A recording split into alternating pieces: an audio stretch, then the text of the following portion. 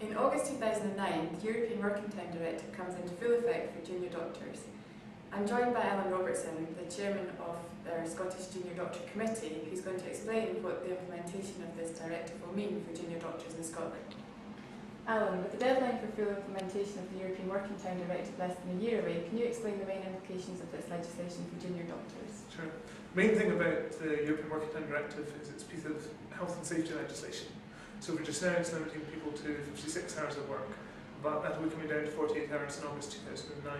What is the main concern of the Scottish Junior Doctor Committee of the introduction of this legislation? Although we see it as a welcome thing by way of patient safety and safety for doctors reducing the hours, our main concern is about the training aspect.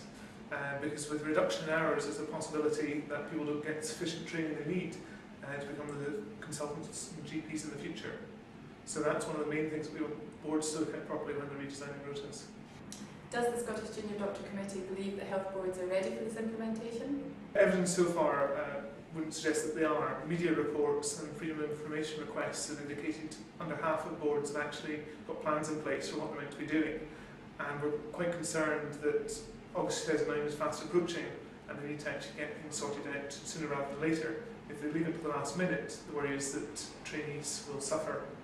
Will the introduction of the EWTD have an effect on junior doctors' pay? Although the EWTD itself doesn't determine pay, that's determined by the new deal. The reduction in hours may mean a change to bands.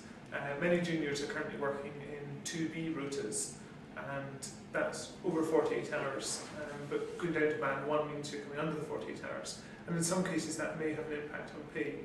What's important for juniors to look at though is the process for rebanding a post, because if you're already in a post, you're pay protected at that level. And if your employer is trying to downband the post, there's very strict procedures that they have to follow.